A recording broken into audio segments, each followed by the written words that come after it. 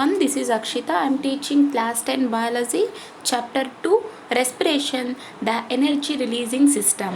So part 1 and part 2 complete చేసుకున్నాం కదా, videos వైజ్గా. సో ఈ పార్ట్ 3 వీడియోలో మనం గ్యాసియస్ ఎక్స్చేంజ్ గురించి తెలుసుకోబోతున్నాం అన్నమాట. అలాగే రిమైనింగ్ లెసన్ని కూడా డిస్కస్ చేసుకుందాం. ముందుగా మనం ఈ రెస్పిరేషన్ అనేటువంటి ప్రాసెస్లో ఏ విధంగా స్టెప్ బై స్టెప్ మన బాడీ యొక్క పార్ట్స్ నాస్ట్రిల్స్ నుంచి ఈ లంగ్స్ వరకు చేరడానికి టోటల్ స్టెప్ బై స్టెప్ అన్నీ తెలుసుకున్నాం. సో ఇందులో గ్యాసియస్ ఎక్స్చేంజ్ అనేటివంటివి అల్వియోలైలో జరుగుతాయి అన్నమాట. అంటే ఈ అల్వియోలై టు క్యాపిలరీస్కు ఏ విధంగా గ్యాసెస్ మరీ ఎక్స్చేంజ్ అవుతుంది అనే టాపిక్ మనం ఇప్పుడు చూద్దాం. Gaseous exchange takes place within the lungs by diffusion from the alveoli to blood capillaries and vice versa. The carbon dioxide in the blood is exchanged for oxygen in the alveoli. These tiny air sacs in the lungs are numerous and only one cell thick. మన lungs లోపల gases exchange అనేవి diffusion అనేటువంటి process ద్వారా జరుగుతుందన్నమాట. అంటే అల్వియోలస్ నుంచి blood capillaries వరకు కానీ బ్లడ్ క్యాపిలరీస్ నుంచి అల్వియోలకి ఇలాగా వైస్ వర్సగా గ్యాసియస్ ఎక్స్చేంజ్ అనేవి జరుగుతాయి. సో మన బ్లడ్లో ఉన్నటువంటి కార్బన్ డైఆక్సైడ్ ఏమవుతుందంటే ఆక్సిజన్తో ఎక్స్చేంజ్ అవుతుందన్నమాట. ఎక్కడ అంటే అల్వియోలైస్ ఉంటాయి కదా, సో అక్కడ ఈ కార్బన్ డైఆక్సైడ్ బ్లడ్లో ఉన్నటువంటి కార్బన్ డైఆక్సైడ్ ఆక్సిజన్ను ఇలా ఎక్స్చేంజ్ చేసుకుంటాయి. అంటే ఈ లంగ్స్లో ఉన్నటువంటి టైనీ ఎయిర్ సాక్స్ ఉంటాయి కదా, ఇవి చాలా ఎక్కువగా న్యూమరస్గా ఉంటాయి అన్నమాట. అలాగే ఒక్కొక్క సెల్ వచ్చేసి చాలా థిక్గా ఉంటుంది. They are surrounded by capillaries that are also only one cell thick. Blood, dark red in color, flows from the heart through these capillaries and collects oxygen from the alveoli. So ఈ capillaries ద్వారా ఈ thick cells ఉంటాయి కదా, ఇవన్నీ surrounded అయి ఉంటాయి అనమాట. ఈ థిక్ సెల్స్ దేనితో సరౌండెడ్ అయి ఉంటాయంటే క్యాపిలరీస్తో. అలాగే మన బ్లడ్ ఉంటుంది కదా, మన బ్లడ్లో ఉన్నటువంటి డార్క్ రెడ్ కలర్ ఇది హార్ట్ నుంచి ఫ్లో అవుతుందన్నమాట. సో దేని ద్వారా ఫ్లో అవుతాయంటే క్యాపిలరీస్ ద్వారా హార్ట్ నుంచి ఈ రెడ్ కలర్ అనేటువంటి కలర్ బ్లడ్ ఫ్లో అవుతూ ఉంటుంది. అలాగే మన మన లంగ్స్లో ఉన్నటువంటి అల్వియోలైస్ నుంచి ఆక్సిజన్ని కలెక్ట్ చేసుకుంటుంది అన్నమాట. At the same time, carbon dioxide passes out of the capillaries and into the alveoli. When we breathe out, we get rid of this carbon dioxide. The bright red oxygen-rich blood is returned to the heart and pumped out to all parts of the body. So ఈ సిచ్యువేషన్లో అంటే ఇక్కడ blood అనేది flow అవుతూ ఉంటుందని చెప్పుకున్నాం కదా, capillaries ద్వారా హార్ట్ నుంచి అల్వియోలైకు, అంటే హార్ట్ నుంచి పంప్ అవుతూ ఉంటుంది బ్లడ్ అనేది. సో ఇక్కడ అల్వియోలా నుంచి ఆక్సిజన్ని కలెక్ట్ చేసుకుంటుంది అనమాట. ఏంటి? బ్లడ్. అదేవిధంగా కార్బన్ డైఆక్సైడ్ ఏమవుతుందంటే క్యాపిలరీస్ ఉంటాయి కదా, వాటి నుంచి బయటకు వస్తుంది అనమాట. సో ఆ విధంగా బయటకు వచ్చినటువంటి ఈ కార్బన్ డైఆక్సైడ్ మళ్ళీ తిరిగి అల్వేలోకి ఎంటర్ అవుతుంది. సో ఎప్పుడైతే మనం ఎగ్జైల్ చేస్తామో, అంటే ఊపిరి తీసుకున్నాక ఊపిరిని వదులుతామో, అప్పుడు ఏం జరుగుతుందంటే కార్బన్ డైఆక్సైడ్ రిమూవ్ అవుతుందన్నమాట. సో ఇక్కడ బ్రైట్ రెడ్ బ్లడ్ ఉంటుంది కదా, అంటే ఇక్కడ బ్రైట్ రెడ్ బ్లడ్ ఉంది అంటే ఖచ్చితంగా ఆక్సిజన్ రిచ్గా ఉందన్నమాట. సో ఇది మళ్ళీ హార్ట్కు రిటర్న్ అవుతూ ఉంటుంది. ఈ విధంగా మన బాడీలో ఉన్నటువంటి ప్రతి ఒక్క పార్ట్కు కూడా ఈ హార్ట్ నుంచి బ్లడ్ అనేది పంప్ అవుతూనే ఉంటుందన్నమాట, అంటే సర్క్యులేట్ అవుతూ ఉంటుంది. సరే, ఇక్కడ మీకు ఫిగర్ 8లో diffusion pathway for gaseous exchange between lung and blood capillaries. So ఇక్కడ డయాగ్రామ్లో చూసినట్టయితే మనం ఇందాక ఏం చెప్పుకున్నాం, డిఫ్యూజన్ ప్రాసెస్ ద్వారా ఈ గ్యాసియస్ ఎక్స్చేంజ్ అనేవి జరుగుతాయని చెప్పుకున్నాం కదా. Yes, that is the process అనమాట. సో ఇక్కడ మీకు అల్వియోలాస్ కనిపిస్తున్నాయి, అండ్ నెక్స్ట్ బ్లడ్ క్యాపిలరీస్ ఉన్నాయి, వాటి యొక్క networks, and next oxygen fill అయి ఉంటుంది, అండ్ నెక్స్ట్ కార్బన్ డైఆక్సైడ్ ఉంటుంది. ఈ విధంగా డిఫ్యూజన్ ప్రాసెస్ వల్ల ఈ గ్యాసెస్ ఎక్స్చేంజ్ అనేవి జరుగుతాయని ఇప్పుడు మనకు అర్థమైంది కదా. And next, as a result of gaseous exchange, the composition of inhaled and exhaled air is different. So ఇక్కడ మనకు కావాల్సినటువంటి కార్బన్ డైఆక్సైడ్ని మనకు కావాల్సినటువంటి ఆక్సిజన్ని మనం కలెక్ట్ చేసుకుంటున్నాం, అంటే మన బాడీలో ఉన్నటువంటి పార్ట్స్ కలెక్ట్ చేస్తున్నాయి. సో మనకు అవసరం లేని దాన్ని కార్బన్ డైఆక్సైడ్ని మనం రిమూవ్ చేస్తున్నాం. అంటే ఇక్కడ ఇన్హేల్ అండ్ ఎక్సేల్ ఎయిర్ దాని యొక్క కాంపోజిషన్ డిఫరెంట్గా ఉంటుందన్నమాట. See the table given below, approximate values are given in the table. So ఇక్కడ మనకు అప్రాక్సిమేట్గా గివెన్ వాల్యూస్ ఇచ్చారంట. Why does the amount of oxygen vary between exhaled and inhaled air? అంటే మనం ఇన్హేల్ చేసినప్పుడు ఎంత పర్సెంటేజ్ ఆఫ్ ఆక్సిజన్ తీసుకుంటాము, and next exhale చేస్తున్నప్పుడు ఎంత పర్సెంటేజ్ ఆఫ్ ఆక్సిజన్ని రిమూవ్ చేసుకుంటున్నాం, అండ్ తర్వాత మనం ఊపిరి తీసుకుంటున్నప్పుడు కార్బన్ డైఆక్సైడ్ ఎంత వస్తుంది, దాన్ని మళ్ళీ తిరిగి మనం ఎలా ఎక్సేల్ ఎంత మోతాదులో ఎక్స్చేంజ్ చేస్తున్నాం, ఎక్సేల్ చేస్తున్నాం. అండ్ నెక్స్ట్ దీంతో పాటు మనకు నైట్రోజన్ అనేది కూడా వస్తుంటుంది. బికాజ్ ఎయిర్లో not only oxygen, carbon dioxide ఉంటుంది, నైట్రోజన్ ఉంటుంది, ఇంకా సమ్ అదర్ గ్యాసెస్ కూడా ఉంటాయి. కాబట్టి మనం తీసుకునేటువంటి బ్రీత్లో ఇన్ని టైప్స్ ఆఫ్ గ్యాసెస్ అనేవి వస్తాయి. కానీ మనకు కావాల్సినటువంటి, అంటే మన బాడీకి కావాల్సినటువంటి ఆక్సిజన్ని మాత్రమే తీసుకొని మిగతా గ్యాసెస్ అంతా ఎక్సేలింగ్లో రిమూవ్ చేసేస్తాయి అన్నమాట. సరే, ఇక్కడ మనం ఇన్హేల్లో చూస్తున్నట్టయితే ఆక్సిజన్ని చూడండి, ఇన్హేల్డ్ వచ్చేసి 21% ఉంది. సో 21% తీసుకున్నాం అంటే ఇక్కడ మనం ఆక్సిజన్ 21% తీసుకుంటే మన బాడీలో ఉన్నటువంటి పార్ట్స్ ఏవైనా, బ్లడ్ కావచ్చు, అవిలియర్స్ కావచ్చు, ఏవైనా కానీ ఇవి కేవలం 60 అంటే మిగతా 5% మాత్రమే యూజ్ చేసుకొని మిగతా 16%ని ఎక్సేల్ చేసేస్తున్నాయంట. అంటే మనం తీసుకున్నటువంటి ఆక్సిజన్ని మొత్తం మన బాడీ యూజ్ చేసుకోదు, దానికి కావాల్సినటువంటి ఆక్సిజన్ తీసుకొని మిగతాదంతా మనకు ఇన్హేల్ రూపంలో పంపించేస్తుంది అనమాట.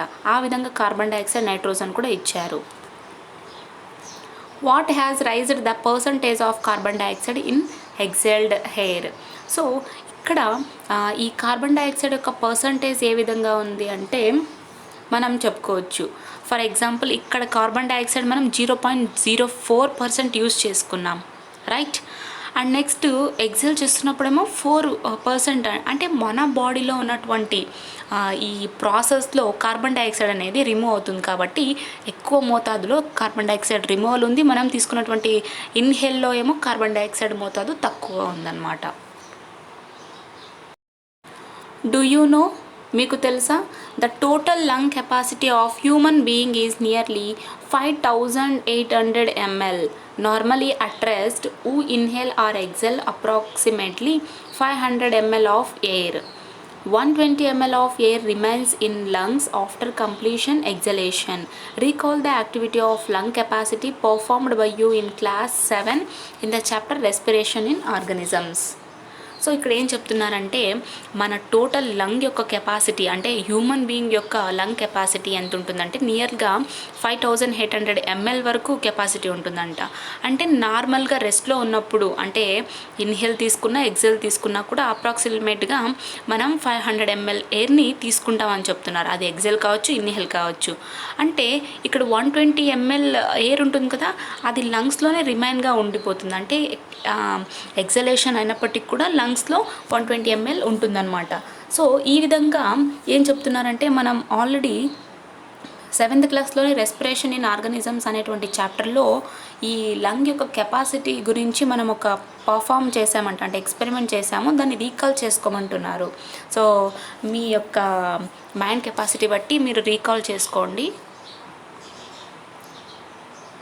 And next transportation of gaseous. So ఇక్కడ గ్యాసెస్ ఏ విధంగా ట్రాన్స్పోర్ట్ అవుతాయో చూద్దాం. We know that air is a mixture of gases that fills the lungs and the alveoli when that enters our body. The relative amount of different gases in air and their combining capacity with hemoglobin and other substances in blood determine their transport via blood in the blood. అంటే మనకు తెలుసు గ్యాసియస్లో కేవలం oxygen ఒకటే దొరుకుతుందా అంటే no, mixture of air అనమాట ఇది. So mixture of gases అని చెప్పుకోవచ్చు ఎయిర్ని. బికాజ్ ఎయిర్లో ఆక్సిజన్ ఉంటుంది, కార్బన్ డైఆక్సైడ్ ఉంటుంది, నైట్రోజన్ ఉంటుంది, హీలియం ఉంటుంది, అండ్ సమ్ అదర్ గ్యాసెస్ కూడా ఉంటాయి. కాబట్టి ఇప్పుడు మనం ఎయిర్ని మిక్స్చర్ ఆఫ్ గ్యాసెస్ అని చెప్పుకోవచ్చు. అంటే మనం తీసుకున్నటువంటి ఎయిర్ ఏమవుతుందంటే లంగ్స్ లోపలికి ఫిల్ అవుతుంది. అంటే ఎప్పుడైతే ఈ హెయిర్ అనేది మన బాడీలోకి ఎంటర్ అవుతుందో త్రూ నాస్ట్రిల్స్ కదా, అంటే నాస్ట్రిల్స్ నుంచి నాజల్ క్యావిటీ రావాలి, తర్వాత ట్రాకియా, ఈ విధంగా అన్నీ దాటుకొని రావాలి లంగ్స్ వరకు. సో ఎప్పుడైతే ఈ హెయిర్ అనేది మన బాడీలోకి ఎంటర్ అవుతుందో సో లంగ్స్ అండ్ అల్వియోలైస్ కూడా ఫిల్ అవుతాయి అన్నమాట. ఇందులో ఈ డిఫరెంట్ గ్యాసియస్ మధ్య ఉన్నటువంటి రిలేటివ్ ఏంటి అంటే, హెయిర్లో ఉన్నటువంటి డిఫరెంట్ గ్యాసియస్ యొక్క రిలేటివ్ ఏంటి అంటే, ఇవి హిమోగ్లోబిన్తో కలిసేటువంటి కెపాసిటీ ఉన్నాయన్నమాట. దేనికి? ఈ ఎయిర్ యొక్క డిఫరెంట్ గ్యాసెస్ యొక్క. సో మనం బ్లడ్లో అదర్ సబ్స్టెన్సెస్ కూడా చూస్తూ ఉంటాం. సో ఈ విధంగా మన బాడీలో బ్లడ్ అనేది ట్రాన్స్పోర్ట్ అవుతూ ఉంటుంది అదర్ సబ్స్టాన్సెస్ బేస్ చేసుకొని. ఫర్ ఎగ్జాంపుల్ ప్లాస్మా కావచ్చు, బ్లడ్ సెల్స్ కావచ్చు, ఈ విధంగా అనమాట. When oxygen present in air is within normal limits around 21%, then almost all of it is carried in the blood by binding to hemoglobin, a protein quite like chlorophyll. The only major difference being it has iron in place of magnesium as in chlorophyll. సరే, అంటే ఎయిర్లో ఉన్నటువంటి ఈ oxygen నార్మల్గా ఎంత ఉంటుందంటే దీని యొక్క limit 21% ఉంటుందన్నమాట హెయిర్లో ఆక్సిజన్ యొక్క కంటెంట్. సో మన బాడీలో ఇది ఆల్మోస్ట్ ఆల్గా ఈ బైండింగ్ చేస్తుంటుంది హీమోగ్లోబిన్కు. సో ఆ విధంగా అనమాట. అంటే జస్ట్ లైక్ ప్రోటీన్ అని చెప్పుకోవచ్చు. అంటే ఎలా అయితే మనకు లీఫ్లో క్లోరోఫిల్ అంటే హీమోగ్లోబిన్ బాగుందంటే మన బ్లడ్ రెడ్గా ఉంటుందన్నమాట. అంటే రెడ్ బ్లడ్గా కనిపిస్తుందంటే ఆక్సిజన్ కంటెంట్ బాగున్నట్టు. సో ఎలా అయితే మనకు లీఫ్లో క్లోరోఫిల్ గ్రీన్ కలర్గా ఉంటుందో యాజ్ అ పిగ్మెంట్ అంటాం చెప్పుకుంటాం కదా, సో దట్ ఈజ్ అనమాట. ఈ క్లోరోఫిల్లో ఏముంటుందంటే మెగ్నీషియం అనేటువంటి ఎలిమెంట్ ఉంటుంది. బట్ మన యొక్క హీమోగ్లోబిన్ బ్లడ్లో చూసుకున్నట్టయితే ఐరన్ కంటెంట్ ఉంటుందన్నమాట. అందుకని చెప్పే మీకు బ్లడ్ సరిగ్గా లేదు అంటే ఐరన్ ఫుడ్ తినండి, యాపిల్స్ తింటూ ఉండండి డైలీ, అండ్ నెక్స్ట్ ఈ బెల్లం తింటూ ఉండండి అని చెప్తూ ఉంటారు. బికాజ్ దీంట్లో ఐరన్ కంటెంట్ ఎక్కువ ఉంటుంది కాబట్టి హీమోగ్లోబిన్ పెరగడానికి ఛాన్సెస్ ఉన్నాయని చెప్పి వాటి యొక్క రేట్ని పెంచడానికి ఇటువంటి ఫుడ్ని సజెస్ట్ చేస్తూ ఉంటారు. That is the main reason because of iron అనేటువంటి ఎలిమెంట్ అనమాట.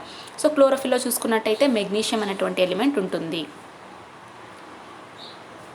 సో అందుకే మన రెడ్ బ్లడ్ సెల్స్లో ఐరన్ అనేటువంటిది ఉంటుందన్నమాట. As oxygen is diffused in the blood, it rapidly combines with the hemoglobin to form oxyhemoglobin. Not only hemoglobin can combine with oxygen, but the reverse can also happen to yield a molecule of hemoglobin and oxygen. సరే, ఇక్కడ మన బ్లడ్లో oxygen అనేది diffused అయి ఉంటుందన్నమాట. అంటే diffused, so fuse అవ్వకుండా ఉంటుందన్నమాట. అంటే ఇది హీమోగ్లోబిన్తో పాటు ఇక్కడ ఆక్సిజన్ వచ్చేసి డిఫ్యూజ్డ్ అవుతుంది కాబట్టి హీమోగ్లోబిన్తో పాటు ఈ ఆక్సిజన్ అనేది కంబైండ్ అయిపోయి హీమోగ్లోబిన్గా ఫామ్ అవుతుంది. సో ఇక్కడ కేవలం హీమోగ్లోబిన్ ఆక్సిజన్తో ఒకటే కంబైన్ అవుతుందా అంటే నో అనమాట. సో దీంట్లో రివర్స్ ప్రాసెస్ అనేది కూడా జరుగుతుంది. అంటే ఇక్కడ ఈ హీమోగ్లోబిన్ యొక్క మాలిక్యూలు ఆక్సిజన్తో కలిపి హీల్డ్ అవుతూ ఉంటుంది. సో రివర్స్ ప్రాసెస్ కూడా జరుగుతూ ఉంటుంది. Carbon dioxide is usually transported as bicarbonate, while some amount of it combines with hemoglobin and rest is dissolved in blood plasma. Study the following equation for better understanding. సరే, ఇక్కడ carbon dioxide అనేది transport అవుతూ ఉంటుంది. ఏ విధంగా అంటే bicarbonate రూపంలో transport అవుతుందన్నమాట.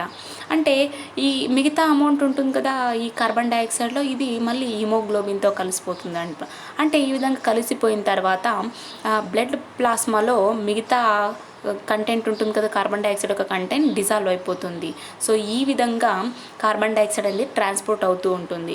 సరే, దీన్ని ఇంకా మనం క్లియర్గా తెలుసుకోవాలి అనుకుంటే study the following equation for better understanding. సరే, ఇక్కడ చూడండి, ఫస్ట్ Hb+O2 గివ్స్ HbO2.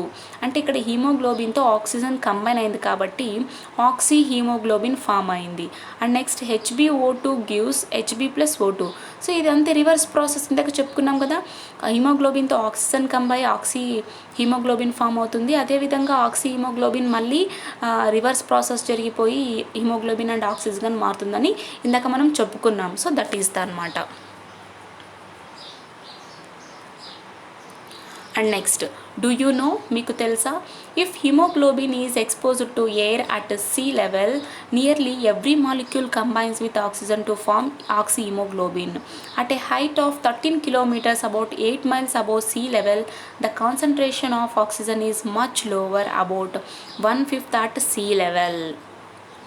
సరే, ఇప్పుడు మనము సీ లెవెల్లో హీమోగ్లోబిన్ అనేది ఎయిర్కు ఎక్స్పోజ్ అయింది అనుకోండి, అంటే ఇక్కడ ఆక్సిజన్తో ప్రతి ఒక్క హీమోగ్లోబిన్లో ఉన్నటువంటి ప్రతి ఒక్క మాలిక్యూల్ కూడా ఆక్సిజన్తో కంబైన్ అయిపోయి ఆక్సి హీమోగ్లోబిన్ ఫామ్ చేయాలి. సరే, ఒకవేళ మనం సీ లెవెల్ కన్నా 13 కిలోమీటర్స్ వెళ్ళినట్టయితే, above height, for example mountains పరంగా చూసుకుంటే సీ లెవెల్ కన్నా 13 కిలోమీటర్స్లో హైట్లో వెళ్ళినట్టయితే ఆక్సిజన్ కాన్సన్ట్రేషన్ అనేది తగ్గిపోతూ ఉంటుందన్నమాట. అందుకే మీరు కొండలు ఎక్కుతున్నప్పుడు ఆయాసపడుతూ ఉంటారు.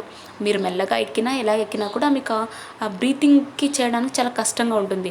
అంటే సీ లెవెల్కి మించి మీరు హైట్ పోయే కొద్దీ ఈ ఆక్సిజన్ లెవెల్స్ తక్కువ అవుతూ ఉంటాయి. అందుకని చెప్పే ఈ ఓల్డ్ పీపుల్స్కు హిమాలయ పర్వతాలకు వెళ్ళడానికి కావచ్చు, హిల్స్కి ఎక్కడానికి కావచ్చు సజెషన్ ఇవ్వరు. ఎందుకంటే వీళ్ళని అలో చేయరు.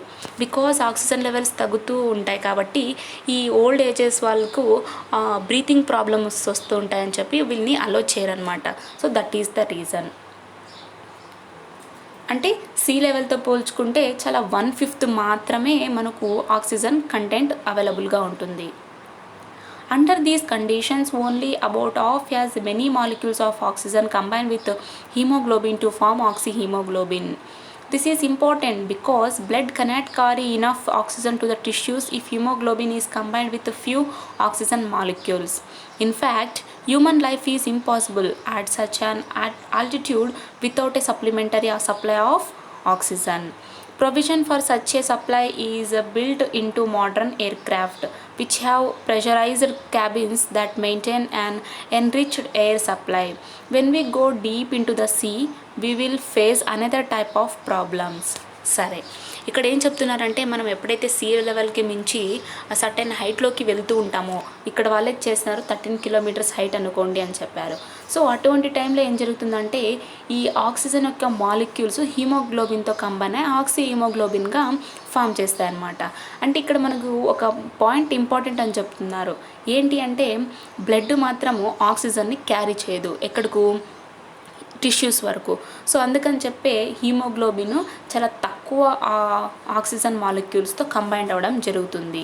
అంటే ఎప్పుడైతే కంబైండ్ అవ్వడం తక్కువ అవుతుందో అప్పుడు ఈ బ్లడ్ అనేది ఆక్సిజన్ని టిష్యూస్ వరకు క్యారీ చేయవన్నమాట. నిజానికి చెప్పుకోవాలంటే మన హ్యూమన్ లైఫ్కు ఇటువంటి హైట్లో, ఫర్ ఎగ్జాంపుల్ 13 కావచ్చు, 20 కావచ్చు, ఎన్ని కిలోమీటర్స్ అయినా కావచ్చు, సీ లెవెల్కు మించి మనం 5 కిలోమీటర్స్ వరకు క్రాస్ చేసామనుకోండి, సో ఖచ్చితంగా ఇటువంటి ఆల్టిట్యూడ్లో ఆక్సిజన్ సప్లిమెంటరీ లేకుండా మనం బతకలేమన్నమాట. సరే, ఇప్పుడు ఫర్ ఎగ్జాంపుల్ మనకు మోడర్న్ ఎయిర్క్రాఫ్ట్ అనేది తీసుకున్నట్టయితే, అంటే ఇక్కడ ప్రెషరైజ్డ్ క్యాబిన్స్ ఉంటాయన్నమాట. ఇందులో ఎయిర్ అనేది మెయింటైన్ చేస్తూ ఉంటారు. సరే, ఫర్ ఎగ్జాంపుల్ ఇప్పుడు మనం ఆల్టిట్యూడ్లో మాట్లాడుకున్నాం, అంటే సీ లెవెల్కు మించి పైకి వెళ్ళినట్టయితే మాట్లాడుకున్నాం. ఒకవేళ ఈ సీ లెవెల్కు మించి ఇంకా డెప్త్లోకి వెళ్ళామనుకోండి, అంటే ఈ సీ లెవెల్ లోపలికి వెళ్ళామనుకోండి, సో ఇంకా అనదర్ టైప్ ఆఫ్ ప్రాబ్లమ్స్ అనేవి రైజ్ అవుతూ ఉంటాయి అన్నమాట. And next, gaseous exchange capillaries to cells and back. So ఇప్పుడు మళ్ళీ గ్యాసియస్ ఎక్స్చేంజ్ ఎక్కడి నుంచి, క్యాపిలరీస్ నుంచి సెల్స్, మళ్ళీ సెల్స్ నుంచి క్యాపిలరీస్కు, ఈ విధంగా ఏముందో చూద్దాం. In the capillaries over the tissues haemoglobin meets a very different environment. అంటే ఈ టిష్యూస్ మీద ఉన్న ఈ టిష్యూస్తో చూసుకున్నట్టయితే క్యాపిలరీస్లో మాత్రం హీమోగ్లోబిన్ వచ్చేసి డిఫరెంట్ ఎన్విరాన్మెంట్లో బిహేవ్ చేస్తుందన్నమాట. అంటే మీట్ అవుతుందన్నమాట. The tissue cells are continually using oxygen, hence the concentration of oxygen is quite low in them. It might be only 1/3 of that in the lungs. As the concentration of oxygen is so low, oxyhemoglobin releases the oxygen molecule that enters the cell. In the reactions that occur within the cells in our bodies, carbon dioxide and water are produced and energy is released to be used up for different purposes. So ఈ tissue cells ఉంటాయని చెప్పుకున్నాం కదా, ఈ tissue cells వచ్చేసి ఆక్సిజన్ని ఎక్కువ కంటిన్యూస్గా use చేసుకుంటూ ఉంటాయి అన్నమాట. సో ఆ విధంగా ఈ ఆక్సిజన్ యొక్క కాన్సన్ట్రేషన్ తగ్గిపోవడం జరుగుతుంది. అంటే మన లంగ్స్లో చూసుకున్నట్టయితే కేవలం 1/3 ఆక్సిజన్ మాత్రమే మనకు ఏదైనా రియాక్షన్ జరగడానికి ఛాన్సెస్ ఉన్నాయన్నమాట. అంటే ఇక్కడ కాన్సన్ట్రేషన్ అనేది లో అయ్యే కొద్దీ ఆక్సి హిమోగ్లోబిన్ ఫామ్ అయి ఉంటుంది కదా, అది మళ్ళీ ఆక్సిజన్ ఆక్సిజన్ మాలిక్యూల్ని రిలీజ్ చేసేస్తుంది అనమాట. సో ఆ విధంగా సెల్స్లోకి ఎంటర్ అవుతుంది. సరే, ఇటువంటి రియాక్షన్స్లో చూసుకున్నట్టయితే మన బాడీలో ఉన్నటువంటి సెల్స్లో ఈ విధంగా ఇటువంటి రియాక్షన్స్ వస్తూ ఉంటాయన్నమాట. అంటే ఇక్కడ కార్బన్ డైఆక్సైడ్, వాటర్ అనేవి ప్రొడ్యూస్ అవుతూ ఉంటాయి. అలాగే ఎనర్జీ కూడా రిలీజ్ అవుతూ ఉంటుంది. దేనికోసము? ఇతర రియాక్షన్స్ ఉంటాయి కదా మన బాడీలో, ఇంకా అదర్ ప్రాసెస్ అనేవి జరుగుతుంటాయి కదా, వాటి పర్పస్ కోసము ఈ విధంగా ఎనర్జీ అనేది రిలీజ్ అవుతూ ఉంటుంది. Cellular respiration. సరే, సెల్యులర్ రెస్పిరేషన్ ఏ విధంగా ఉందో చూద్దాం. The term cellular respiration refers to the pathway by which cells release energy from the chemical bonds of food molecules that enter them. It provides that energy for the essential processes of life. So living cells must carry out cellular respiration. It can be in the presence of oxygen, that is aerobic respiration, or in its absence, that is anaerobic respiration. Cellular respiration in prokaryotic cells like that of bacteria occurs within the సైటోప్లాజ్మా. సరే, ఇక్కడ ఈ cellular respiration అనేటువంటిది ఏంటి అంటే, ఈ terminology యొక్క meaning ఏంటి అంటే, ఇక్కడ ఈ అంటే మన ఫుడ్ మాలిక్యూల్స్ అనేవి ఎంటర్ అవుతుంటాయి కదా, అంటే ఈ ఫుడ్ మాలిక్యూల్స్ యొక్క కెమికల్ బాండ్స్ నుంచి వచ్చేటువంటి ఎనర్జీ యొక్క పాత్వే అనమాట. ఏ విధంగా ఈ ఎనర్జీ పాత్వే ఉంటుందంటే సెల్స్ ద్వారా ఎనర్జీ పాత్వే అవుతూ ఉంటుంది. సో ఇక్కడ మనం ఈజీగా ఇంకేం చెప్పుకోవచ్చు అంటే ప్రాసెస్ అని చెప్పుకోవచ్చు. సో ఆ విధంగా అనమాట. ఇట్ ప్రొవైడ్స్, ఇది మన యొక్క లైఫ్లో ఎసెన్షియల్ ప్రాసెస్ కోసం ఎనర్జీని అనేది ప్రొడ్యూస్ చేస్తూ ఉంటుంది. సో లివింగ్ సెల్స్ వచ్చేసి ఖచ్చితంగా సెల్యులర్ రెస్పిరేషన్స్ కలిగి ఉంటాయన్నమాట. అంటే whatever the living cells it may be, they carry cellular respiration అని చెప్పుకోవచ్చు. సరే, ఇక్కడ ఒకవేళ ఈ ప్రాసెస్ అనేది వితౌట్ ఆక్సిజన్ కాకుండా ప్రెజెన్స్ ఆఫ్ ఆక్సిజన్ జరిగినట్టే దీన్ని ఎరోబిక్ రెస్పిరేషన్ అంటాము. ఒకవేళ ఆక్సిజన్ అబ్సెన్స్ అయినట్టయితే దీన్ని అనాబరిక్ రెస్పిరేషన్ అంటాం, లేదా ఫర్మెంటేషన్ అని అంటాము. Cellular respiration in prokaryotic cells అంటున్నారు. అంటే ప్రొకారియోటిక్ సెల్స్ అంటే బ్యాక్టీరియా చెప్పుకోవచ్చు. సో ఈ బ్యాక్టీరియా వచ్చేసి సైటోప్లాజంలో ఉంటుందన్నమాట. అంటే ఈ విధంగా అక్కడే ఉంటుంది. సో ఇందులో ఎటువంటి రెస్పిరేషన్ జరుగుతుందంటే సెల్యులర్ రెస్పిరేషన్. ఫర్ ఎగ్జాంపుల్ మనం ఇంకా అమీబా అని కూడా చెప్పుకోవచ్చు. సింగిల్ సెల్యులర్ ఆర్గానిజం అని కూడా అంటూ ఉంటాం. అదే అనమాట. The produced energy is stored in the mitochondria in the form of ATP. That is why mitochondria are called power house of cell. So ఇక్కడ ప్రొడ్యూస్ అయి ఉంటుంది కదా, ప్రొడ్యూస్ అయినటువంటి ఎనర్జీ వచ్చేసి మన బాడీలో ఉన్నటువంటి మైటోకాండ్రియా అనేటువంటి ప్లేస్లో స్టోర్ అయి ఉంటుంది అనమాట. ఏ ఫామ్లో స్టోర్ అయి ఉంటుందంటే ఏటీపీ ఫామ్లో స్టోర్ అయి ఉంటుంది. సో అందుకనే చెప్పి మనం మైటోకాండ్రియాని power house of the cell అని అంటూ ఉంటాం. బికాజ్ ఈ మైటోకాండ్రియాలోనే కదా ఎనర్జీ మొత్తం స్టోర్ అయి ఉంటుంది. సో ఆ విధంగా అనమాట. అందుకే మైటోకాండ్రియాని మనం పవర్ హౌస్ ఆఫ్ సెల్ అని అంటాం. సో ఈ మైటోకాండ్రియాలో ఎనర్జీ అనేది స్టోర్ అయి ఉంటుంది. ఏ ఫామ్లో స్టోర్ అయి ఉంటుందంటే ఏటీపీ. ఏటీపీ అంటే అనంతపూర్ డిస్టిక్ కాదు, it is in the form of ATP అని చెప్తున్నారు సైన్స్ పరంగా. The exact chemical details of the breakdown of sugar or other foods within a living cell does not take place as a single reaction but occurs in a series of small steps. So ఇక్కడ exact chemical details ఉంటుందంటే ఈ foods కావచ్చు లేదా sugar కావచ్చు, వీటి యొక్క breakdown యొక్క exact chemical details వచ్చేసి లివింగ్ సెల్స్లో మాత్రం ఉండవు అనమాట. ఎక్కడ? సింగిల్ రియాక్షన్లో. కానీ వీటి యొక్క స్మాల్ స్టెప్స్ యొక్క సిరీస్ మాత్రం ఖచ్చితంగా ఉంటాయి. అంటే ఇక్కడ ఏం చెప్తున్నారంటే ఫుడ్ కావచ్చు లేదా షుగర్ కావచ్చు, వీటి యొక్క బ్రేక్డౌన్ అవుతుందా కదా, అంటే ఆ ఎగ్జాక్ట్ కెమికల్ డీటెయిల్స్ మాత్రము లివింగ్ సెల్స్లో సింగిల్ రియాక్షన్లో అయితే ఉండవు అనమాట. కానీ వీటి యొక్క సిరీస్ మాత్రం ఉంటాయని చెప్తున్నారు. How does this affect the energy release? As the change in the chemical nature of the molecule from one stage to the next is slight. In any step, small amount of energy is released. So ఇక్కడ ఏం చెప్తున్నారంటే energy అనేది ఏ విధంగా release అవుతోంది, దీనికి affect అంటే ఎలాంటి affect ఏ విధంగా ఉంది అని అడుగుతున్నారు. సరే, ఒకవేళ మనం ఒక మాలిక్యూల్ యొక్క నేచర్, కెమికల్ నేచర్ని చూసుకున్నట్టయితే అది చేంజ్ అవుతూ ఉంటుంది ఒక స్టేజ్ నుంచి ఇంకొక స్టేజ్కు. సో అది ఫాస్ట్గా చేంజ్ అవుతుందా అంటే లేదనమాట. సో స్లోగానే చేంజ్ అవుతూ ఉంటుంది. దేనిది? కెమికల్ నేచర్, మాలిక్యూల్ యొక్క కెమికల్ నేచర్ అనమాట. సో ఈ విధంగా ఎనర్జీ అనేది రిలీజ్ అవుతూ ఉంటుంది ప్రతి ఒక్క ఒక్కొక్క స్టెప్లో. The complete breakdown of a sugar molecule with the release of all its available energy involves a series of different chemical reactions. So ఇక్కడ షుగర్ మాలిక్యూల్ యొక్క బ్రేక్డౌన్ అనేది జరుగుతుంటుంది కదా, అంటే ఆ విధంగా బ్రేక్డౌన్ జరిగినప్పుడు ఇక్కడ అవైలబుల్ ఎనర్జీ అనేది రిలీజ్ అవుతూ ఉంటుంది. సో ఈ విధంగా కెమికల్ రియాక్షన్స్ అనేవి ఇన్వాల్వ్ అవుతూ ఉంటాయన్నమాట ఇందులో. సరే, ఇక్కడ ఫిగర్ 10 చూడండి. మైటోకాండ్రియా అనేటువంటి ఫిగర్ ఇచ్చారు. సో మైటోకాండ్రియా అంటే ఏంటి? It is used to store the produced energy అనమాట. అంటే ప్రొడ్యూస్ అయినటువంటి ఎనర్జీని మనం మైటోకాండ్రియాలో స్టోర్ చేస్తూ ఉంటాం. సో అంటే మనం ఏం చేయము, మన బాడీలో ఉన్నటువంటి సిచ్యువేషన్స్ అలాగ రైజ్ అవుతూ ఉంటాయి. సో ప్రొడ్యూస్ అయినటువంటి ఎనర్జీ వచ్చేసి మైటోకాండ్రియాలో స్టోర్ అవుతుందన్నమాట. ఏ ఫామ్లో? ఏటీపీ ఫామ్లో. అందుకనే చెప్పి మనం power house of the cell అని అంటూ ఉంటాం మైటోకాండ్రియాని. సో ఆ విధంగా అనమాట. సో దీంట్లో పార్ట్స్ ఇచ్చారు చూడండి. Outer membrane, inner membrane and cristae, matrix. So these are the parts of the mitochondria. From the breakdown of glucose, the energy is released and stored up in a special compound known as ATP, adenosine triphosphate. So ఇందాక మీరు ATP అంటే I think Anantapur district people మొత్తం ATP అంటే అనంతపూర్ అనుకొని ఉంటారు. So ATP అంటే adenosine triphosphate.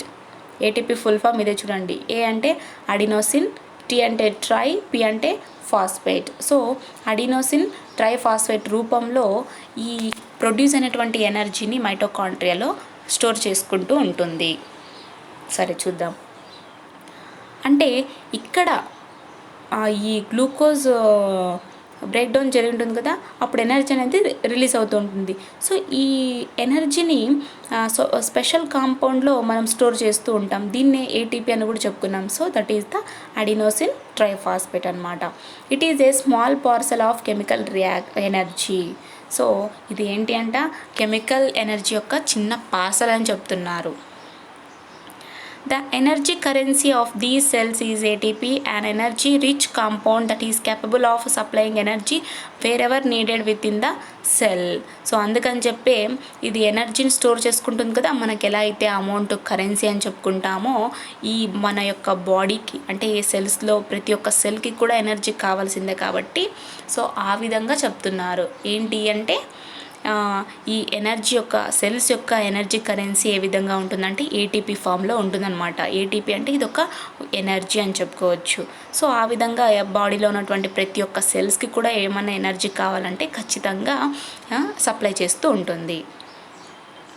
Each ATP molecule gives 7,200 calories of energy.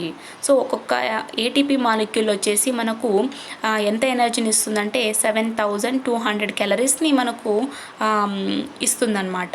This energy is stored in the form of phosphate bonds. If the bond is broken, the stored energy is released. So ఈ energy అనేది ఏ విధంగా form అయి ఉంటుంది అంటే phosphate bonds రూపంలో store అయి ఉంటుందంట. ఆ ఫామ్లో స్టోర్ అయి ఉంటుందని చెప్పుకోవచ్చు.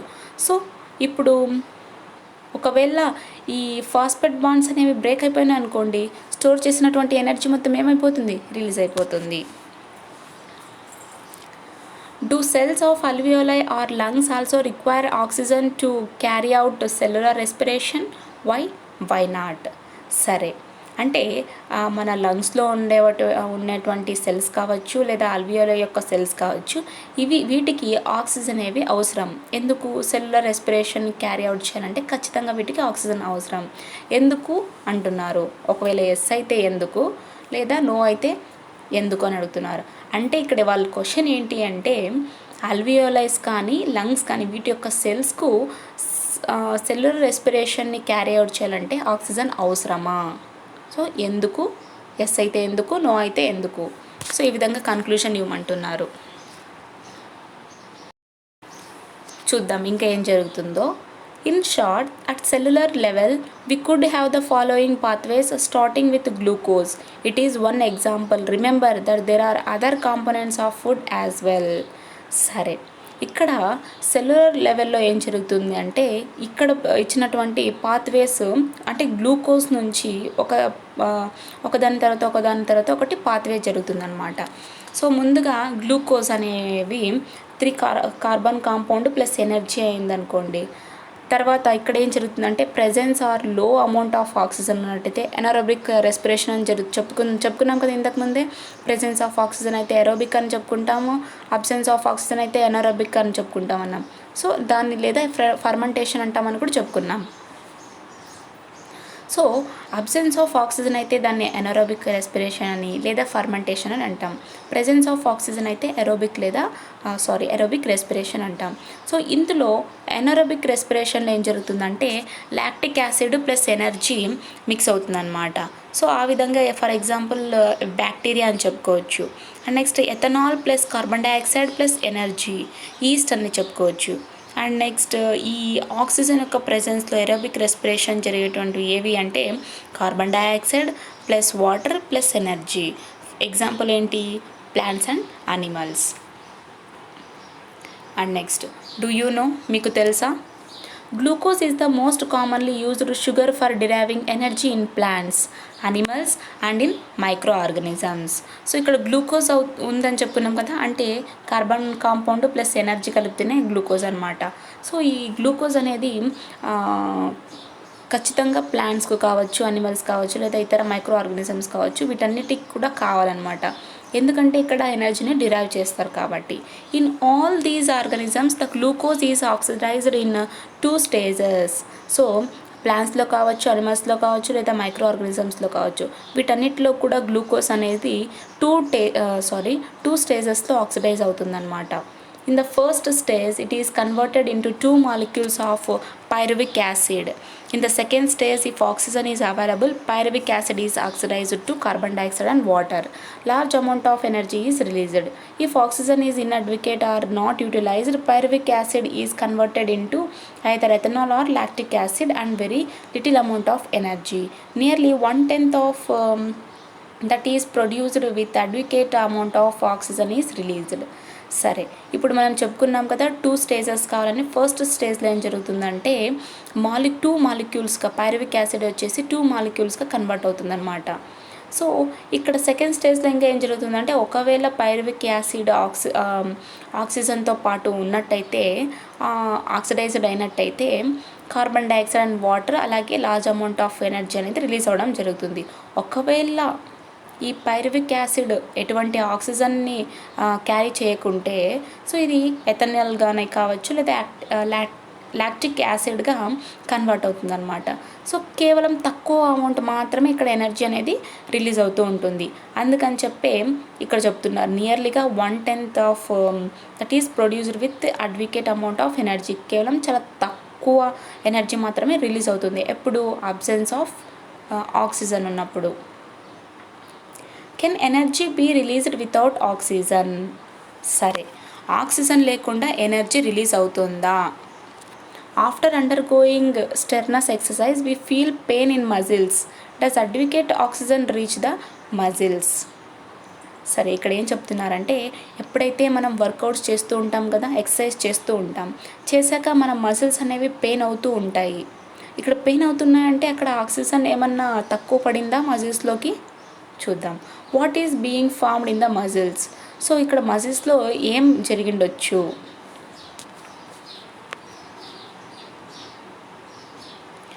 When we sprint 100 yards, you do a considerable amount of muscular work, but you do not start a race by standing on the track and panting for a few minutes to stoke up with oxygen first. In fact, you can run the race with very little extra breathing. The fastest sprinters Do not breathe at all when running 100 ads. After you have reached the destiny, however, you feel very different. Depending on your state of training and on how hard you run, you will pant for some minutes after the race until your breathing gradually returns to normal. సరే, అంటే ఎప్పుడైతే మీరు 100 రౌండ్లు చుట్టేస్తారో, so అప్పుడు మీకు certain muscular work అనేది చేసింటారు. అంటే ఇక్కడ రేసు స్టార్టింగ్లోనే మీరు అంటే నించుకొనే మీరు ఊపిరి తీసుకుంటారా? మొత్తం ఇదంతా ఆక్సిజన్ ఫస్ట్ స్టార్టింగ్ లెవెల్లోనే మొత్తం తీసేసుకుంటాం అంటే నో అనమాట. సరే, నిజానికి మనం పరిగెత్తుతున్నాం అనుకోండి ఒక రేస్లో, కేవలం లిటిల్ బ్రీత్ని మాత్రమే ఎక్స్ట్రాగా తీసుకుంటూ ఉంటాం. అంటే ఇక్కడ మనం రేసర్స్లో తీసుకున్నట్టయితే, అంటే ఈ ఫాస్టెస్ట్ స్ప్రింటర్స్ ఉంటారు కదా, వీళ్ళు ఎక్కువగా బ్రీత్ చేయరంట. అంటే ఈవెన్ దో వాళ్ళు 100 యాడ్స్ చేసినప్పటికి కూడా ఎక్కువగా ఈ బ్రీత్ని తీసుకోరంటున్నారు. ఎప్పుడైతే డెస్టినీని రీచ్ అవుతామో అంటే అప్పుడు మనకు ఏ విధంగా ఉంటుంది, చాలా బ్రీత్ కావాలనిపిస్తూ ఉంటుంది, అలసిపోయి ఉంటాము. సో ఆ టైంలో బ్రీతింగ్ అనేది తీసుకుంటాం అనమాట. అది కూడా చాలా కష్టంగా హార్డ్గా తీసుకుంటూ ఉంటాం. సో ఇది మొత్తం మన ట్రైనింగ్ మీద బేస్ అయి ఉంటుంది ఇది మాత్రం. These facts could be linked up with what we have learned so far about ATP. It might be that the race was run on the energy produced when the ATP already present in your muscles was being converted to ADP. సరే, ఇక్కడ నిజానికి ఏం జరుగుతుంది అంటే, ఇంతకు ముందుగానే మనం ATP గురించి తెలుసుకున్నాం, అడినోసిన్ ట్రైఫాస్ఫేట్ అని. సో ఇక్కడ ఏమవుతుంది అంటే, ఎప్పుడైతే మన రేస్ అనేది రేస్ అనేది మొదలవుతుందో ఇక్కడ ఎనర్జీ అనేది ప్రొడ్యూస్ అవుతుంది. ఎప్పుడైతే ఏటీపీ ఆల్రెడీ మన మజిల్స్లో ఉన్నటువంటి ఏటీపీ ఆల్రెడీ ఏడీపీగా కన్వర్ట్ అవుతాయో అప్పుడు ఎనర్జీ అనేది ప్రొడ్యూస్ అవుతూ ఉంటుందన్నమాట మళ్ళీ తిరిగి. So unfortunately this pleasantly simple idea is inadequate because we only carry sufficient ATP in a muscle to last for about a second when doing vigorous exercise. So కాబట్టి ఇక్కడ మనకు ఇన్అడ్వకేట్ అవుతుందన్నమాట. ఎందుకంటే మజిల్లో ఉన్నటువంటి ఏటీపీ కేవలం సఫిషియంట్ ఏటీపీని మాత్రమే క్యారీ చేయగలదు. So అందుకని చెప్పి అనమాట. అంటే ఎప్పుడైతే మనం విగోరస్ ఎక్సర్సైజ్ చేస్తామో అప్పుడు మన మజిల్కు కావాల్సినటువంటి సఫిషియంట్ ఏటీపీ ఖచ్చితంగా ఉండాలి. There must be some other explanation for the way in which we can produce energy first and then use up oxygen later. So ఇంకా దీనికి ఇతర ఎక్స్ప్లెనేషన్ కూడా ఉన్నాయంట. అంటే మనం ఎలా ఫస్ట్ ఎనర్జీ అనేది ప్రొడ్యూస్ అవుతుంది, తర్వాతనే ఆక్సిజన్ యూజ్ చేసుకుంటామని చెప్పి దీనికి ఒక ఎక్స్ప్లెనేషన్ కూడా ఉందని చెప్తున్నారు. One approach in the study of this problem was to analyze the blood of a person during and after exercise.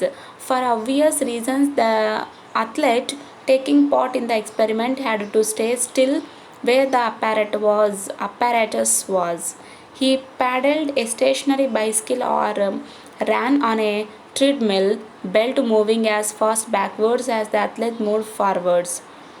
Some results are shown in the graph. Vigorous exercise lasted for 9 minutes, shown by the bar at the base of the diagram, and the regular blood samples were taken and analyzed.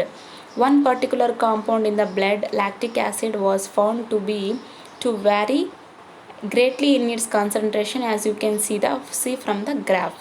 సరే, ఇక్కడ ఏం చెప్తున్నారంటే ఒక చిన్న ప్రాబ్లమ్ని analyse చేశారంట. ఒక చిన్న స్టడీ జరిగింది. అది ఏ విధంగా చేశారంటే, ఎక్సర్సైజ్ చేస్తున్నప్పుడు కానీ లేదా చేసిన తర్వాత కానీ ఒక పర్సన్ యొక్క బ్లడ్ని అనలైజ్ చేశారు. సో ఇక్కడ కొన్ని రీజన్స్ అనేవి ఇచ్చారనమాట.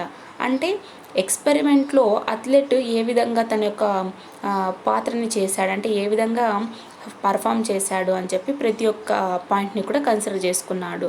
సో ఒక బైసికిల్ కావచ్చు లేదా ట్రెడ్మిల్ అన్నటువంటి దాంట్లో రన్ చేయొచ్చు. సో ఇవి రెండింటిని కన్సిడర్ చేసుకున్నట్టయితే ఇక్కడ మనకు గ్రాఫ్లో రిజల్ట్స్ ఏ విధంగా ఇచ్చారో చూడొచ్చు. అంటే విగరస్ ఎక్సర్సైజ్ చేసిన తర్వాత 9 minutes అనమాట. అండ్ నెక్స్ట్ ఆ విధంగా ఈ అథ్లెట్ యొక్క బ్లడ్ శాంపిల్స్ని తీసుకొని అనలైజ్ చేస్తున్నారు. సో ఇందులో పర్టికులర్ కాంపౌండ్ బ్లడ్లో ఏంటి అంటే లాక్టిక్ యాసిడ్ అనమాట. సో గ్రాఫ్లో చూసుకుంటే దీని యొక్క కాన్సన్ట్రేషన్ చాలా డిఫరెన్స్గా ఉంది. సో సో ఇక్కడ మనకు కనిపిస్తున్నటువంటి గ్రాఫ్ ఏంటి అంటే విగోరస్ ఎక్సర్సైజ్ తర్వాత మన బ్లడ్లో ఉన్నటువంటి లాక్టిక్ యాసిడ్ యొక్క కాన్సన్ట్రేషన్ అని చెప్తున్నారు. సో దిస్ అన్నమాట.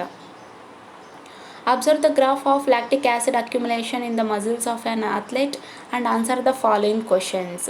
సరే, ఇప్పుడు ఏం చెప్తున్నారంటే ఈ లాక్టిక్ యాసిడ్ యొక్క గ్రాఫ్ అక్యుములేషన్ని చూసి అంటే మన మజిల్స్ ఈ అథ్లెట్ యొక్క మజిల్స్ ఉంటాయి కదా, సో ఈ మజిల్స్లో ఉన్నటువంటి ఈ లాక్టిక్ యాసిడ్ అక్యుములేషన్ యొక్క గ్రాఫ్ని చూసిన తర్వాత కింద ఆన్సర్ చేయమంటున్నారు. Graph showing varying amount of lactic acid in the muscles. So ఇక్కడ మనకు ఈ గ్రాఫ్ ఏం చూపిస్తుందంటే మజిల్స్లో ఉన్నటువంటి లాక్టిక్ యాసిడ్ దాని యొక్క కాన్సన్ట్రేషన్ అని చెప్పుకోవచ్చు లేదా అమౌంట్ అని చెప్పుకోవచ్చు.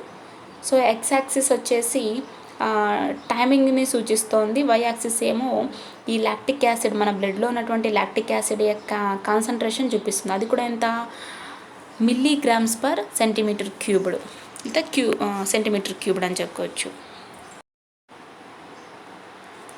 సో క్వశ్చన్స్ ఇచ్చారు చూద్దాము. ఏంటంటే what was the concentration of lactic acid in the blood to start with, and next ఈ డయాగ్రామ్ బేస్ చేసుకొని చెప్పడమే.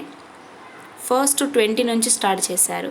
సో దాని యొక్క కాన్సన్ట్రేషన్ కూడా మనం 0 నుంచి చెప్పుకోవచ్చు. And next what was the greatest concentration reach during the experiment. So ఎప్పుడు అంటే nearly 14 grams per centimetre cubed చెప్పుకోవచ్చు. ఎప్పుడు 100 minutesకు. If the trend between points C and D were to continue at the same rate, how long might it take for the original lactic acid level to be reached again. Hint, extend the line CD until it reaches the starting value.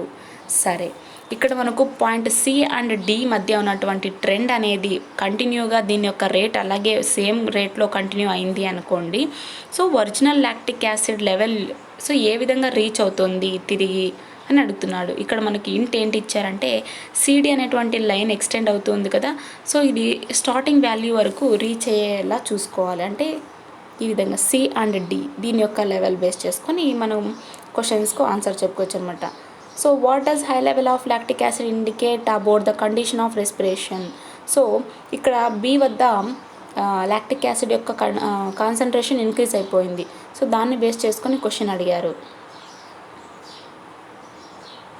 And next accumulation of lactic acid results in muscular pain. If we take brisk walk, slow jogging, running for same distance, we feel that there an increase in pain levels. This is because of lactic acid accumulation. సరే, మన మస్కులర్కు అంటే మనకు muscular pains వస్తూ ఉంటాయి, కండరాల నొప్పులు అంటూ ఉంటాం. సో ఇవి ఏ విధంగా వస్తాయంటే లాక్టిక్ యాసిడ్ ఎప్పుడైతే అక్యుములేట్ అవుతుందో ఆ విధంగా మనకు పెయిన్స్ వస్తూ ఉంటాయి అన్నమాట. ఒకవేళ మనం నడిచినా లేదా చిన్నగా నడిచినా, చాలా జాగింగ్ అంటే చిన్నగా జాగింగ్ చేసిన, రన్ చేసిన, సేమ్ డిస్టెన్స్లో వాక్ చేసినా, సేమ్ డిస్టెన్స్లో రన్ చేసినా, ఈ విధంగా చేసినా కూడా మనకు పెయిన్ లెవెల్స్తో ఇంక్రీజ్ అవుతూ ఉంటాయి. అంటే దీనికి కారణం ఏమి అంటే లాక్టిక్ యాసిడ్ అక్యుములేషన్ జరగడం వల్ల మనకి మస్కులర్ పెయిన్స్ అనేవి వస్తాయని చెప్పుకోవచ్చు. It seems as if the lactic acid was being produced rapidly by the active muscles and then only gradually removed from the blood after exercise. What is surprising is that the athlete needs a great length of time to recover. The simplest explanation we can produce at this stage is that the sugar in the working muscles was being changed into lactic acid. సరే, ఇప్పుడు ఈ lactic acid అనేది produce అవుతూ ఉంటుందని చెప్పుకున్నాం.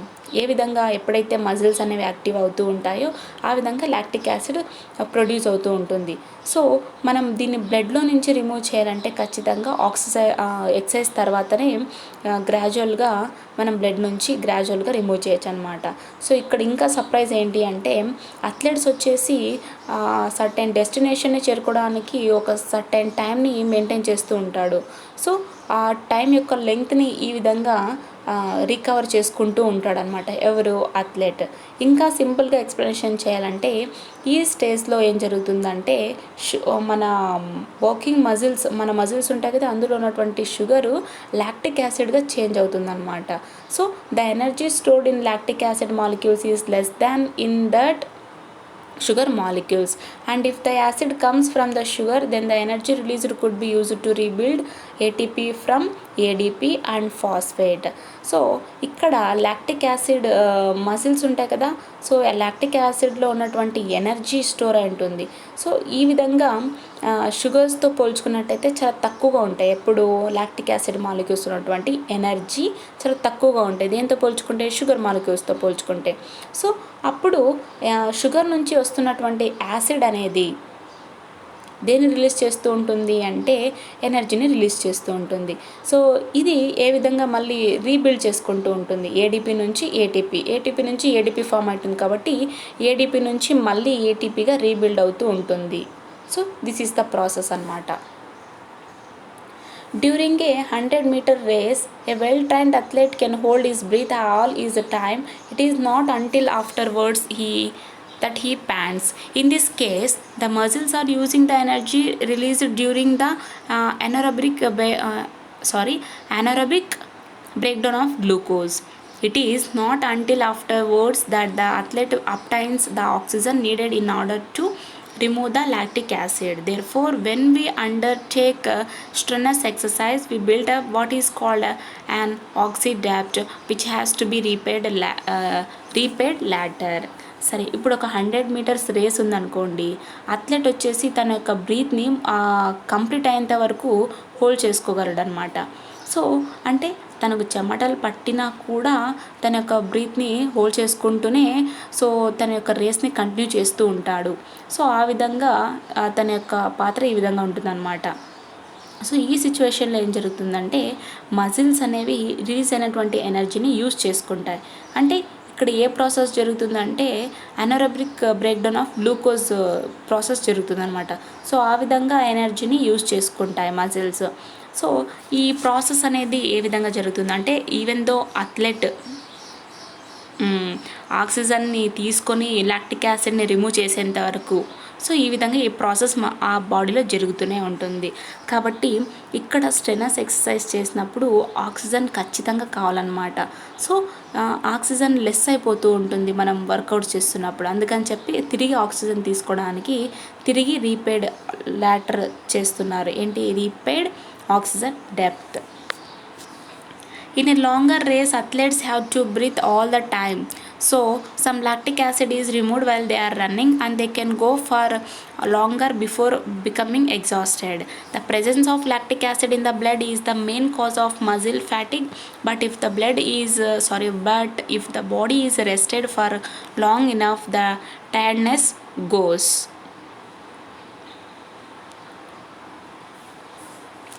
So ఇక్కడ ఏం చెప్తున్నారు అంటే